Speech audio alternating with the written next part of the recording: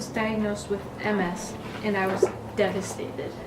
I've always been a fairly active, coordinated person. I love learning, and all of that seemed to be taken away within just a few days. I'm a pretty stubborn or motivated person, depending on who you talk to. So the first week or two, I was trying to cope and prove to myself I could still do something. So I filled up my last container with dirt on my porch right after I'd gotten home from an infusion. By accident, I poured 5 large seeds into one hole, and this really was my first time trying to garden at all. So I just left all 5 in there, and to my surprise, all the seeds sprouted, and after a couple weeks or so, I could tell that at least one of them was really struggling to survive. I realized that there just wasn't space for it to grow, and it was competing with all of the other stronger plants. I had to pull it out and throw it away, and I just thought, that's me. I'm this plant that started strong and full of life, and all of a sudden I'm hit with this disease, and I have to be pulled out and thrown away. It wasn't for maybe 2.5 months before I started to actually feel almost better after my first attack and diagnosis.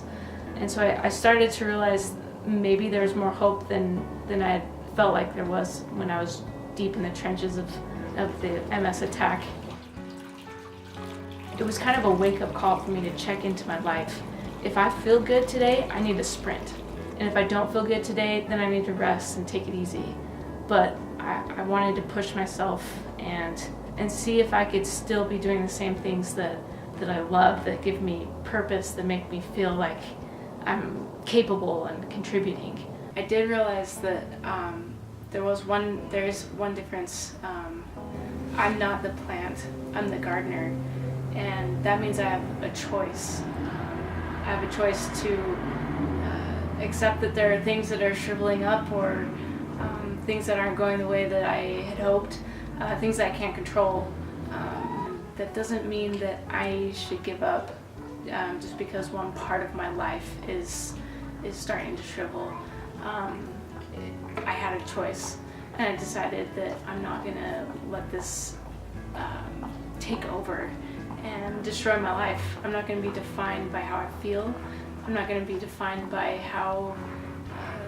by the things that happen to me, the things that aren't in my control. I'm going to be defined by what I choose, and that's given me a lot of strength and a lot of hope, and I hope that you can also come to that conclusion.